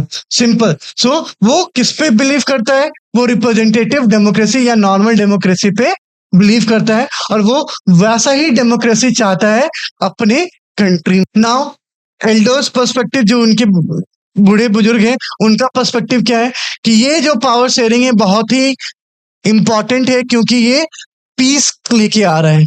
कैसे पीस लेके आ रहा है? क्योंकि क्रिश्चियन क्या बोले हैं? वो फ्रेंच का प्रोटेक्शन नहीं लेंगे और मुस्लिम जो है वो कभी भी सीरिया के साथ नहीं जुड़ेंगे लेबनान में। ये पीस लेके आ रहा है और यहाँ पे सिविल वॉर खत्म हो चुका है अब। ठीक है। सो ये पूरा लेबनान का हिस्ट्री है। नाउ विक्टर जो है, जो कैरेक्टर जो स्टोरी बता रहा था, वो विक्रम से कुछ क्वेश्चंस पूछता है। अगर तुम यहाँ पे रूलर रहते तो तुम क्या चेंजेस करना चाहते हैं? तो क्या वो रेगुलर डेमोक्रेसी, जिसको हम लोग रिप्रेजेंटेटिव डेमोक्रेसी बोलते हैं, वो अडॉप्ट करता है जैसे कि खलील का सजेशन था, या जो अभी पावर शेयरिंग चल रहा है वही चलेगा? साथ ही साथ वो एक ऑल टुगेदर नया एक सिस्टम लेके आते, फॉर्म ऑफ गवर्नमेंट लेके आते, जिसमें वो लोग लास्टली कि वो एक पूरा different methodology, different form of government लेके आते, जिसमें वो लोग एक्सरसाइज करते अपनी पावर को। तो ये आंसर आप लोग कमेंट सेक्शन में दीजिएगा कि आप क्या चाहते हैं। अगर आप लेबनान में प्रेसिडेंट या कोई इंपॉर्टेंट पोर्टफोलियो लेते तो आप किस तरह का चेंजेस वहां पे लेबनान में चाहते हैं। सो पूरे स्टोरी से हम लोगों को समझ में आया कि यहाँ पे जो बैलेंस ऑफ पावर है वो रीजनल कम्युनिटीज का बेसिस है। मींस यहाँ पे रिलीजन जो है इम्पोर्टेंट पर्सपेक्टिव है पावर शेयरिंग का। ठीक है। और इससे हम लोग क्या बच रहे हैं? ये प्रिवेंट कर रहा है कॉन्फ्लिक्ट को। साथ ही साथ ये कॉन्फ्लिक्ट को तो ये हटा दे रहा है और पीस जनरेट कर रहा है, बट ये अपॉर्चुनिटी को खत्म कर दे रहा है। There is a lack of opportunity among the people. यहाँ पे लोगों के पास अपॉर्चुनिटी नहीं है। सो ये पूरा खलील्स डिलेमा का स्टोरी है।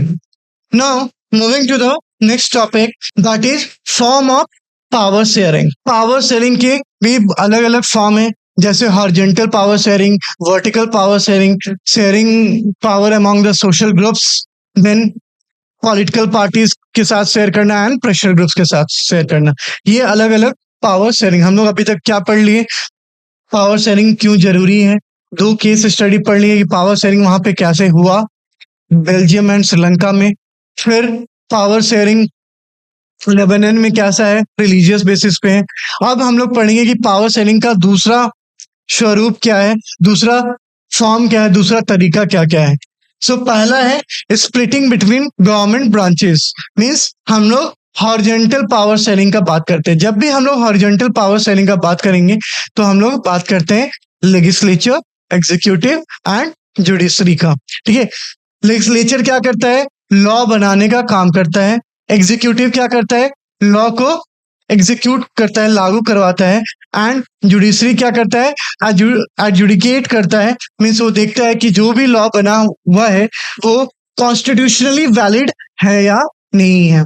ठीक है। ऐसे फॉर्म ऑफ गवर्नमेंट, जो ऑर्गन ऑफ गवर्नमेंट जहां पे हॉरिजॉन्टल पावर शेयरिंग होता है हमारा, वहां पे एक सिस्टम होता है चेक एंड बैलेंस का, जहां पे कोई भी पावरफुल नहीं है, सब इक्विवेलेंट है। अगर कोई अपने पावर का मिसयूज करना स्टार्ट कर देता है तो वो दोनों क्या करेंगे?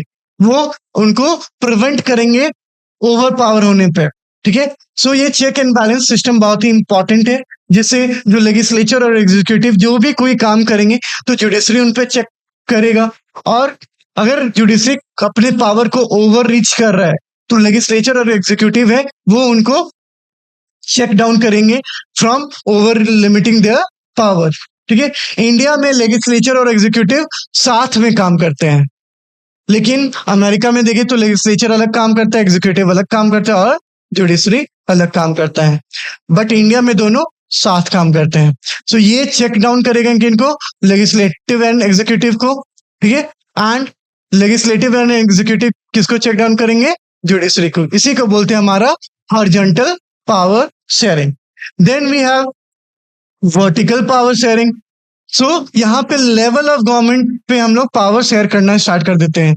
जैसे सेंट्रल गवर्नमेंट टॉप लेवल पे होगा, एपेक्स लेवल पे होगा, फिर उसके सबऑर्डिनेट कौन होंगे, स्टेट गवर्नमेंट, एंड फिर लोकल गवर्नमेंट। अब प्रॉब्लम क्या होता है कि पहले जो सेंट्रल गवर्नमेंट जो लॉ बनाता था सब में फॉलो किया जाता था, ठीक है।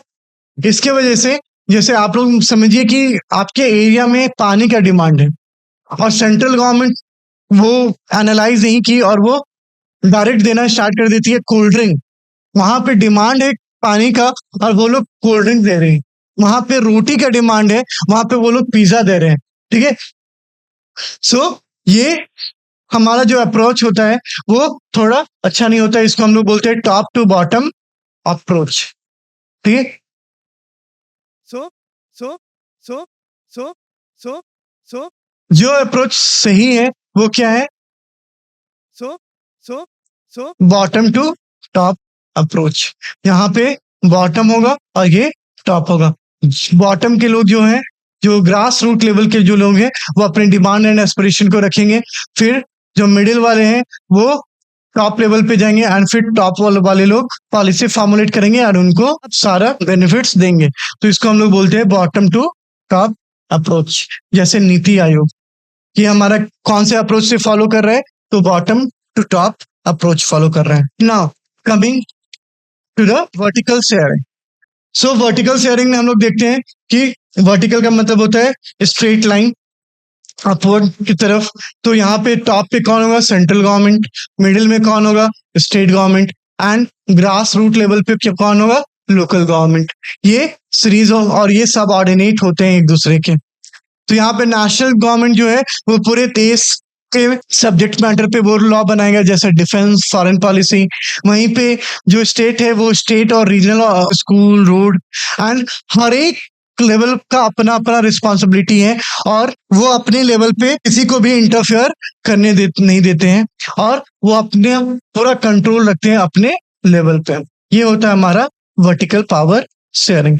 Then other method is sharing power among the social groups. साथ ही साथ हम लोग देखते हैं कि किसी रिलीजियस ग्रुप में हम लोग कुछ पावर्स दे देते हैं, लिंग्विस्टिक ग्रुप्स में दे देते हैं, माइनॉरिटीज में दे देते हैं। ये सब भी हमारा क्या है, एक तरह का सोशल ग्रुप, सोशल वे में हम लोग पावर शेयर करना स्टार्ट कर देते हैं, ठीक है। इससे क्या होगा, यहाँ पर रिप्रेजेंटेशन ऑफ द पीपल और द ग्रुप कहाँ पे होगा, गवर्नमेंट डिसीजन मेकिंग में आएगा।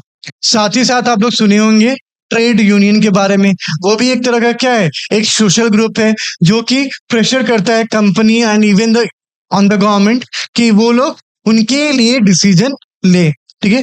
तो यहाँ पे ये जितने भी ग्रुप्स है रिलीजन के बेसिस पे, लिंग्विस्टिक बेसिस पे, minorities, trade union and other unions जो भी हैं, वो सिंपली क्या शो कर रहा है कि वो लोग रिप्रेजेंट कर रहे हैं गवर्नमेंट को पावर शेयरिंग में। साथ ही साथ दूसरा तरीका क्या है, पॉलिटिकल पार्टीज। हम लोग देख रहे हैं कि बहुत सारे पॉलिटिकल पार्टीज हैं इंडिया में भी जो कि हमेशा इलेक्शंस कंटेस्ट करते हैं और पावर होल्ड करते हैं। अपोजिशन पार्टी का भी अपना रोल होता है, रूलिंग पार्टी का भी अपना रोल होता है। दोनों एक दूसरे को चेक एंड बैलेंस करते रहते हैं। साथ ही साथ एक नया ग्रुप होता है that is called pressure group. जैसे आप लोग देखे होंगे कि बहुत सारे फार्मर जो दिल्ली को घेर के रख लेते थे, तो वो भी क्या एक तरह का प्रेशर ग्रुप है। फार्मर्स जो फार्म बिल आया था उसके अगेंस्ट में वो लोग प्रेशर डाले किस पे, गवर्नमेंट पे, सो दैट कि उनको वो वापस लेना पड़ा।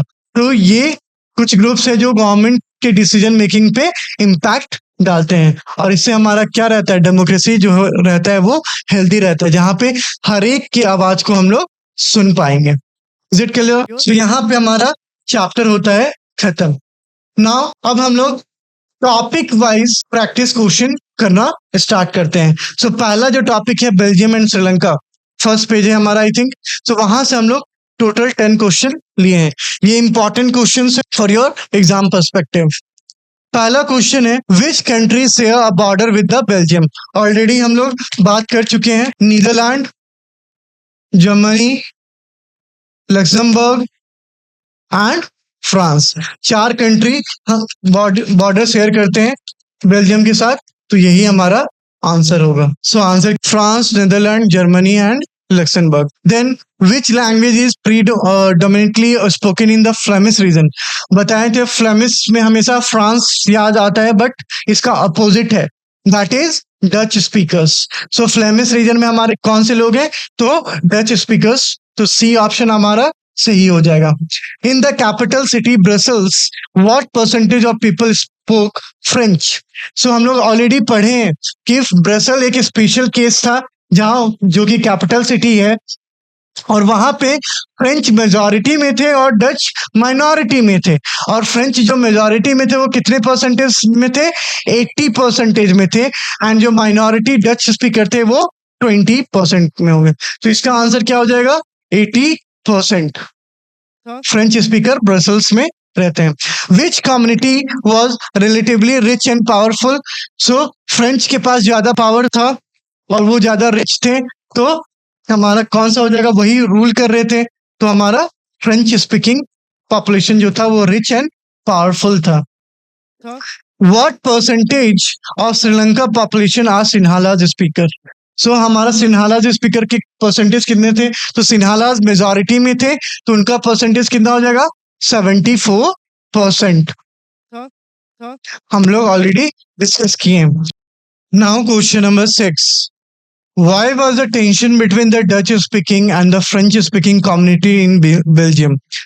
बेल्जियम में Dutch speaking and French speaking community के बीच में टेंशन क्यों हुआ, तो सिंपल सा रीजन है, फ्रेंच स्पीकिंग जो थे वो सारा अपॉर्चुनिटी, सारा एजुकेशनल डेवलपमेंट, इकोनॉमिक डेवलपमेंट अपने पास कॉन्सेंट्रेटेड कर लिए थे। डच के पास ना ही एजुकेशन फैसिलिटीज दिया गया था, ना ही इकोनॉमिक डेवलपमेंट का फैसिलिटीज था, ना ही कोई अपॉर्चुनिटीज दिया जा रहा था। तो यही टेंशन बन जाता है French speaker and Dutch speaker के बीच में। So option A is the French speaking community resented the economic development of the Dutch speaking community. नहीं, French speaking गुस्सा थोड़ी थे डच स्पीकिंग कम्युनिटी से, ये आंसर गलत हो जाएगा। The Dutch speaking community resented the economic development and the power of the French. Yes, जो डच स्पीकिंग कम्युनिटी थी वो गुस्सा कर रही थी, क्यों, क्योंकि वो सिर्फ इकोनॉमिक डेवलपमेंट एंड पावर जो था वो सिर्फ कॉन्सेंट्रेटेड था किसके पास, फ्रेंच स्पीकिंग कम्युनिटी के पास। So answer B will be a correct answer. Now question number 7. Where are Sri Lankan Tamil concentrated? Sri Lankan Tamils कहाँ concentrated? तो आप लोग अगर मैप देखे होंगे, याद होगा तो समथिंग लाइक दे कुछ ऐसा मैप था यहाँ पे। तो यहाँ पे जो नॉर्थ और ईस्ट का जो पार्ट था वो क्या था, श्रीलंकन तमिल्स का।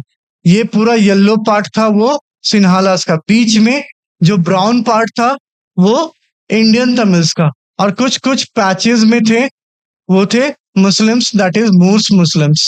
ठीक है, तो हमारा जो श्रीलंकन तमिल्स थे वो कहाँ कहाँ पे थे, नॉर्थ एंड ईस्ट पार्ट में। तो इसका आंसर क्या हो जाएगा, नॉर्थ एंड ईस्टर्न पार्ट।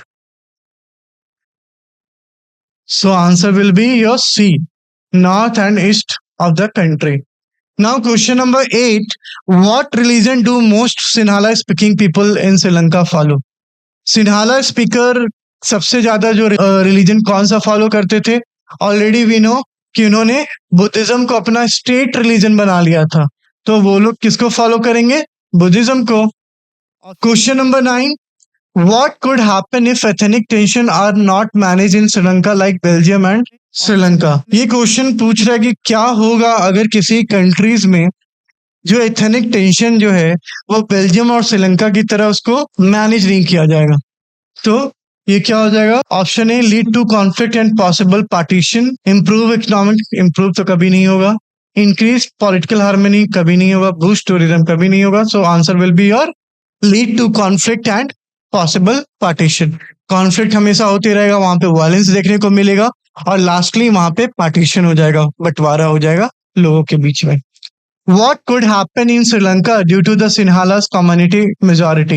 क्या हुआ था श्रीलंका में सिन्हाला कम्युनिटी के मेजोरिटी की वजह से impose it's will on it's entire country. हाँ, मेजोरिटी कम्युनिटी थी तो अपने पूरा विल जो उनका चाहत था वो पूरा कंट्री में वो इम्प्लीमेंट करते थे। Create a power sharing agreement, नहीं। लीड टू इकोनॉमिक डेवलपमेंट, नहीं। इंक्रीज फॉरेन ट्रेड, नहीं। Answer A is your correct answer. Impose it's will on the entire country. Now moving to the next topic, majoritarian in Sri Lanka. When did Sri Lanka gain independence? So it was in the year 1948, just after the India's independence. Sri Lanka आजाद कब हुआ? 1948. 1948. Which community sought to secure dominance over the government in Sri Lanka post independence? कौन सी ऐसी community थी जो अपना dominance दिखाना start कर दी आजादी के बाद? तो वो सिंपली सिन्हालास मेजॉरिटी के बेसिस पे, जिनका मेजॉरिटी 74% था पूरे कंट्री में। What measures did the Sinhalas leader adopt to establish their supremacy? उन्होंने क्या क्या मेजर्स लिया जिससे वो उनका जो सुप्रीमेसी था वो एस्टैब्लिश हो गया पूरे श्रीलंका में? तो उन्होंने जो मेजर लिया वो मेजॉरिटेरियन मेजर्स था, जिसमें प्रेफरेंस किसको दिया जा रहा था? सिर्फ मेजॉरिटी में जो थे उनको दिया जा रहा था, दैट इज सिन्हालास को दिया जा रहा था। So answer B is your correct answer.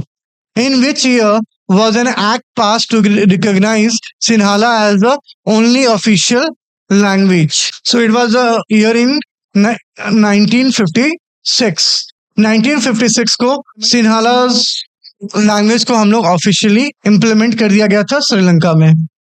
What did several political organization in the 1980s demand? जो political organization थे 1980s में वो क्या डिमांड कर रहे थे? इंक्रीज टूरिज्म, नहीं। Independent Tamil Elm, yes. जो तमिलियंस थे वो अपना पॉलिटिकल ऑर्गेनाइजेशन चला रहे थे तमिल एल्म, और उन्होंने इंडिपेंडेंट तमिल स्टेट का डिमांड किया था। So answer B is your correct answer. Now question number 5, What was the consequences of making Sinhalas the only official language? क्या इम्पैक्ट हुआ, क्या कॉन्सिक्वेंसेज हुआ जब हम लोग सिर्फ सिन्हाला को ऑफिशियल लैंग्वेज बनाए? तो वहां पे इक्वल अपॉर्चुनिटी मिला, नहीं। Disregarding Tamil language, yes. Tamil language को हम लोग डिसरिगार्ड कर दिए। प्रमोट मल्टीलिंगुअलिज्म, नहीं। मल्टीलिंगुअलिज्म में मतलब बहुत सारे लैंग्वेज को प्रमोट करना। सपोर्टिंग इकोनॉमिक डेवलपमेंट, नहीं। तो हम लोग तमिल लैंग्वेज को डिसरिगार्ड करना स्टार्ट कर दिए। Now question number 6, what kind of policies did the government follow to favour the Sinhalas applicants? क्या ऐसा पॉलिसीज लाया गया गवर्नमेंट के द्वारा जिसमें वो लोग सिन्हालास को फेवर कर रहे थे? तो प्रेफरेंशियल पॉलिसी, वो बहुत ज्यादा प्रेफरेंस किसको दे रहे थे? मेजोरिटेरियन फॉर्म ऑफ गवर्नमेंट जो थी वो प्रेफरेंस किसको दे रही थी? मेजोरिटी को, दैट इज सिन्हालास को। तो option A will be your correct answer. Question number 7, what did the new constitution of Sri Lanka stipulate regarding religion? So protect and foster Buddhism. उन्होंने बुद्धिज्म को प्रोटेक्ट किया और साथ ही साथ प्रमोट किया बुद्धिज्म को अंडर न्यू कॉन्स्टिट्यूशन, एंड उन्होंने बुद्धिज्म को अपना ऑफिशियल रिलीजन भी बना दिया गया। Now coming to the question number 9, what is the one major reason for the feeling of alienation among the Sri Lankan Tamils? Sri Lankan Tamils अपने आप को अलग क्यों देखने लगे? क्या एक मेजर कारण था? So option is equal political rights, नहीं। इक्वल पॉलिटिकल राइट्स तो दिया ही नहीं गया। Discrimination in jobs and opportunity, preference in university position, equal government policy. So equal जहां जहां पे तो वो तो पहले ही गलत हो जाएगा क्योंकि इक्वल का बात ही नहीं हुआ। प्रेफरेंस इन यूनिवर्सिटी पोजीशन उनको नहीं दिया गया था, सिन्हालास को दिया गया था। तो डिस्क्रिमिनेट किया जा रहा था किस बेसिस पे? जॉब एंड अपॉर्चुनिटी के बेसिस पे। Answer B is your correct answer. Now question number 10, what was the key reason for the civil war in Sri Lanka? Sri Lanka में सिविल वॉर का कारण क्या था? तो वो इकोनॉमिक क्राइसिस, नहीं। फॉरेन इन्वेजन, नहीं। नेचुरल डिजास्टर, नहीं। Ethnic tension and demand for autonomy. जो टेंशन हो रहा था उन लोगों के ग्रुप के बीच में, एथनिक ग्रुप्स के बीच में, सिन्हालास एंड तमिल के बीच में, वो मेजर कारण था सिविल वॉर का। Accommodation in Belgium. Now question number 1, How many times was the Belgian constitution amended between 1970 and 1993 to accommodate the regional differences and cultural diversity? ये कितने टाइम्स हुआ था? ऑलरेडी डिस्कस किया है. 4 टाइम हमारा अमेंडमेंट्स बेल्जियम में हुआ था for the accommodating the different cultural differences and language differences. Why did the French speaking people accept equal representation in Brussels? French speaker क्यों एक्सेप्ट कर लेते हैं ब्रसल्स में इक्वल रिप्रेजेंटेशन? क्योंकि पहले भी बताया डच स्पीकिंग कम्युनिटी जो थी वो एक्सेप्ट कर लेती है equal representation in central government. जो सेंट्रल गवर्नमेंट में जो गवर्नमेंट बनेगी वहां पे दोनों का इक्वल रिप्रेजेंटेशन था. इस वजह से फ्रेंच गवर्नमेंट भी ब्रसल्स में इक्वल रिप्रेजेंटेशन में मान जाते हैं. Question number 3, what is the community government in Belgium? Belgium में कम्युनिटी गवर्नमेंट क्या है? So government elected by the central government? नहीं, government elected by the people of one language community. यहाँ पे हम लोग बात किए हैं कि जब वो एक वन लैंग्वेज कम्युनिटी जो है अपने कल्चर ट्रेडिशन पे लॉ बना सकती है. So B will be your correct answer. क्योंकि उन्होंने now question number 4, what powers does the community government in Belgium have? Community government के पास क्या पावर्स थे? वो cultural, educational and language related issues पे लॉज बना सकते हैं. मिलिट्री और डिफेंस तो हमेशा सेंट्रल देखेंगी, फॉरेन पॉलिसी भी सेंट्रल देखेगी, इकोनॉमिक एंड इंडस्ट्रियल इश्यूज भी मेनली सेंट्रल एंड स्टेट देखती है. आंसर इज कम्युनिटी गवर्नमेंट किसके लिए होगा? सिर्फ cultural, educational and language related issues को हैंडल करने के लिए. Now question number 5, why was Brussels chosen as the headquarter of European Union? तो ये क्यों हुआ? तो successful implementation of Belgium model, क्योंकि वो लोग पीसफुली कोऑर्डिनेट किए अपने रीजनल डिफरेंसेस को और वो सक्सेसफुली इम्प्लीमेंट किए बेल्जियम मॉडल को. इस वजह से जो यूरोपियन यूनियन का जो हेडक्वार्टर है या पार्लियामेंट है वो कहाँ पे सिचुएटेड है? बेल्जियम में सिचुएटेड है. Now question number 6, what is one reason why the Belgium model is considered innovative? Innovative क्यों दिया गया उनको? Because it include the third type of government for cultural and language related issues. क्योंकि उन्होंने community government एक नया start किया था जो कि कल्चरल और लैंग्वेज रिलेटेड इश्यूज पे लॉ बनाती थी. Now question number 7, what is unique about the state government in Belgium compare to the central government? Belgium में स्टेट गवर्नमेंट के कंपैरिजन में सेंट्रल गवर्नमेंट में क्या यूनिक था? तो already we have discussed that जो वहां पे सेंट्रल गवर्नमेंट और स्टेट गवर्नमेंट था वो इक्विवेलेंट थे, दोनों के पास सेम पावर था. मीन्स सेंट्रल गवर्नमेंट के वो सबऑर्डिनेट नहीं थे. तो पहला ऑप्शन गलत. They are independent from the central government, या correct. They are equal to the central government, या correct. They have less power than the central government. नहीं, ये ऐसा नहीं था, दोनों इक्वल थे. सो करेक्ट आंसर जो होगा वो they are equal to the central government. Independent नहीं बोलेंगे, नहीं तो वो फिर बाइफोकेट हो जाएंगे, पार्टीशन हो जाएगा. So correct answer will be equal to the central government. What was the one result of the Belgian model implementation?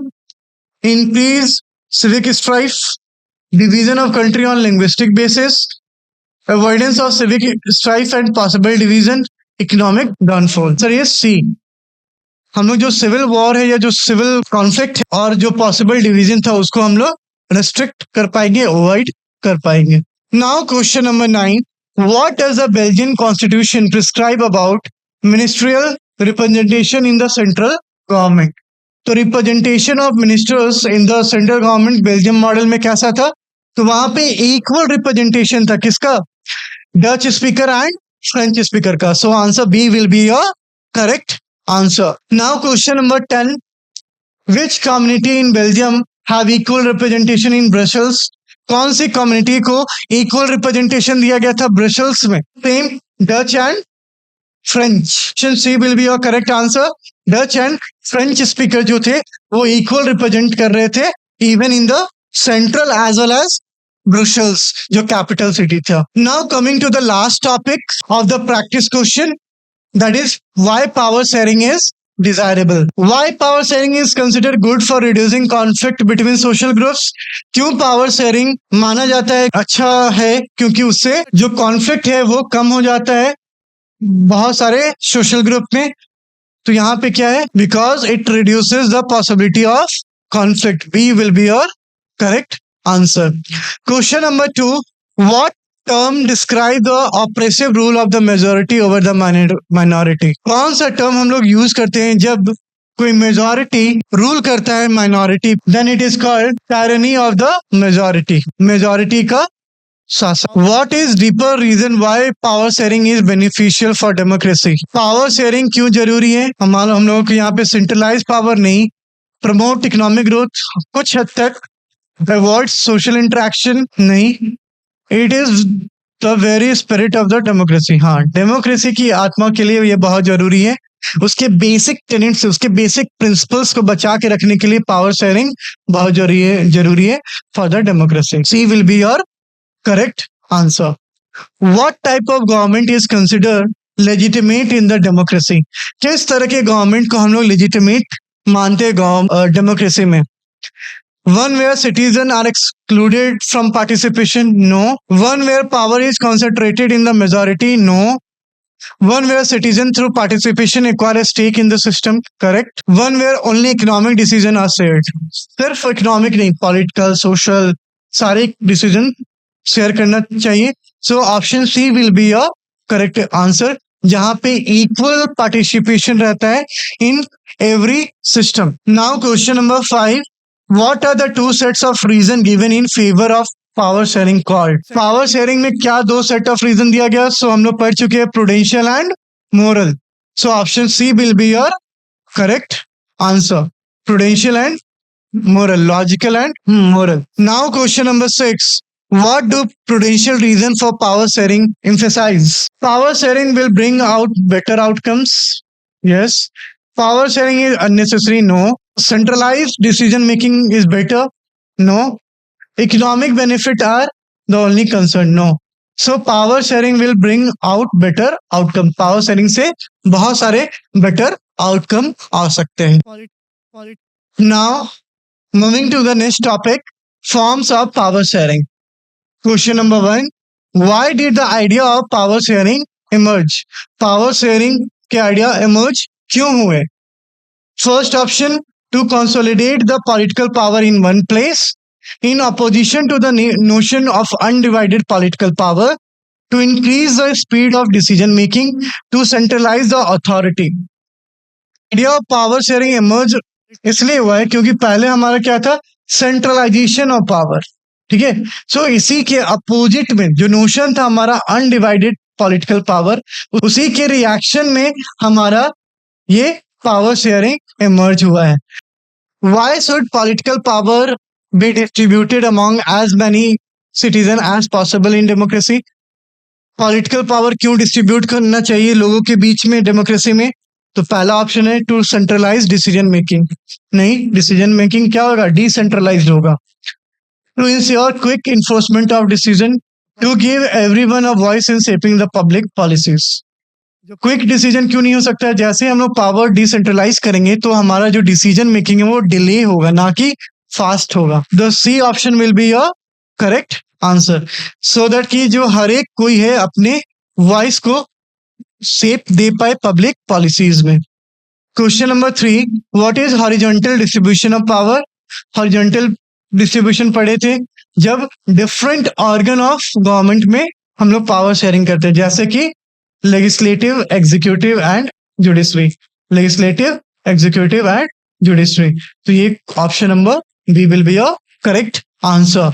What does a horizontal distribution of power ensure? Horizontal power क्या करेगा? Ensure करता है. तो ये क्या ensure करता है? Check and balance. तो यहाँ पे आंसर क्या होगा हमारा? Balance of power among the various institutions. वो पावर को बैलेंस करने का काम करेगा. Now question number 5. What is the vertical division of power? जब एक हॉरिजॉन्टल ऑर्गन ऑफ गवर्नमेंट से रिलेटेड है तो वहां पे क्या होगा? वर्टिकल में हमारा हायर टू लोअर लेवल. ठीक है. So power shared among the higher to lower level of the government, power shared among social groups, power centralized in one level of government, power shared horizontally among the different organ of it. ये तो horizontal का हो गया, centralized नहीं होगा, social group में भी share करते हैं, लेकिन जो accurate answer higher to lower level of government. Now question number 6, what is an example of power sharing among different social group. Different social group में power sharing federal division of power है, reserve constituencies है, horizontal या vertical. So यहाँ पे होगा reserve. जैसे कुछ social group है, schedule caste, schedule tribe, now women also, जो पॉलिटिकल जिनको उनके पॉपुलेशन के हिसाब से हम लोग क्या करते हैं, schedule caste and schedule tribe को रिजर्व सीट कर देते हैं. और वुमेन का भी हम लोग 33% पढ़े ही हैं, अमेंडमेंट्स आया है recently.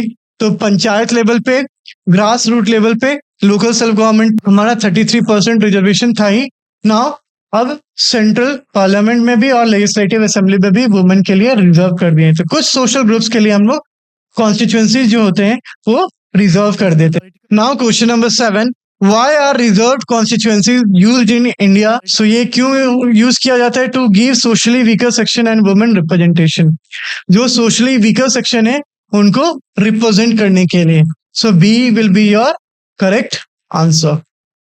Now question number 8, coalition government. हमारा अभी जो गवर्नमेंट फॉर्म होगा 2024 में, वो कौन सा गवर्नमेंट फॉर्म हो रहा है? coalition government. coalition गवर्नमेंट का अच्छा एग्जाम्पल क्या है?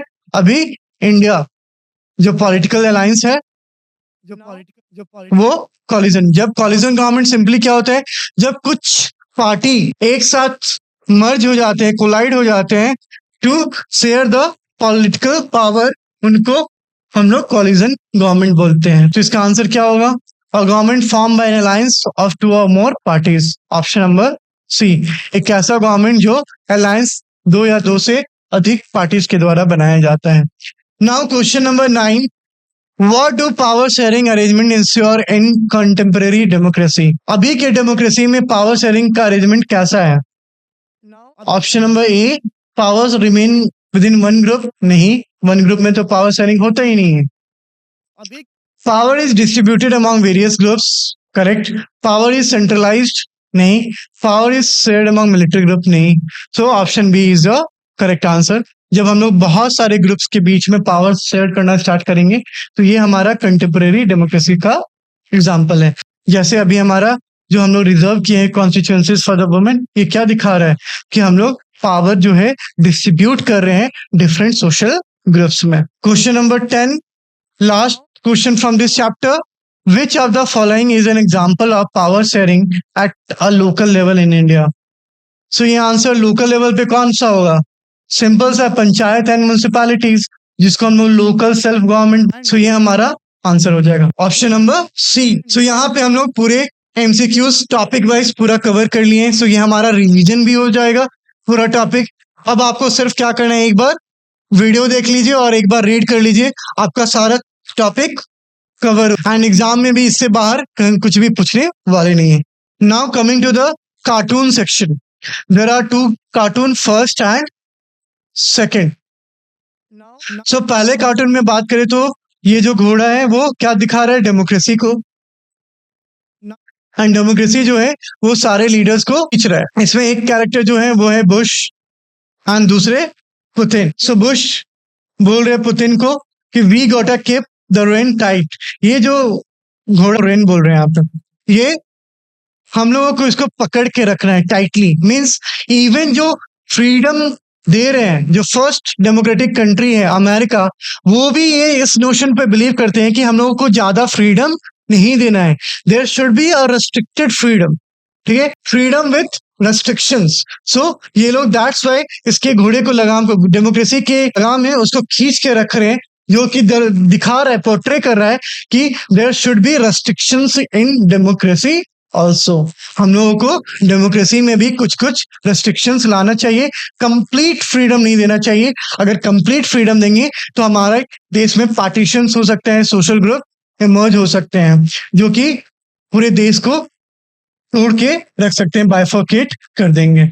Now coming to the second cartoon, यहाँ पे एक कार पोर्ट्रे किया जा रहा है। यहाँ 2 स्टीयरिंग व्हील है और यहाँ पे आपको जर्मन गवर्नमेंट लिखा हुआ देखने को मिलेगा इन द रेड कलर और फाइन जर्मन इंजीनियरिंग। सो ये बेसिकली सजेस्ट कर रहा है कि यहाँ पे अब स्मूथ फंक्शनिंग नहीं हो रहा है। क्यों? क्योंकि यहाँ पे आप देखिएगा ब्लैक जो है वो इसमें से कार में से काला धुआं निकल रहा है। सो ये पोर्ट्रे कर रहा है कि the government is not functioning smoothly और ये जो फाइन जर्मन इंजीनियरिंग है वो एक फेलियर की तरह इमर्ज हो रहा है, जो कि एक्सपेक्टेड था कि ये एक अच्छा गवर्नमेंट साबित होगा। इससे हम लोगों को पता चला कि जर्मनी दो रेपुटेड है अपने efficiency and high quality engineering के लिए, फिर भी जो गवर्नमेंट है वो कुछ इश्यूज को हैंडल नहीं कर पा रही है। और ये इशू क्यों हो पा रहा है? क्योंकि वहां पे क्रिश्चियन डेमोक्रेटिक यूनियन है एक, और दूसरा जो स्टीयरिंग व्हील है वो संभाल रहे हैं कौन? Social democratic bill party. Bill और जिसकी वजह से यहाँ पे क्या होता है, कॉलिजन गवर्नमेंट फॉर्म होता है, क्योंकि दोनों को क्लियर मेजोरिटी नहीं मिल पाता है और इस वजह से यहाँ पे धीरे धीरे इनएफिशिएंसी देखने को मिलता है। सो यही हमारा कार्टून का explanation, first and cartoon. So हमारा ये ओवर हो चुका है। Now we have completed our whole chapter with explanation as well as topic wise MCQs. Next segment में ट्राई करेंगे हम लोग प्रीवियस ईयर क्वेश्चन पेपर को लाने का। Thank you so much. If you find this video helpful, then share with your friends. Don't forget to subscribe for more such content. See you in the next video. Thank you so much.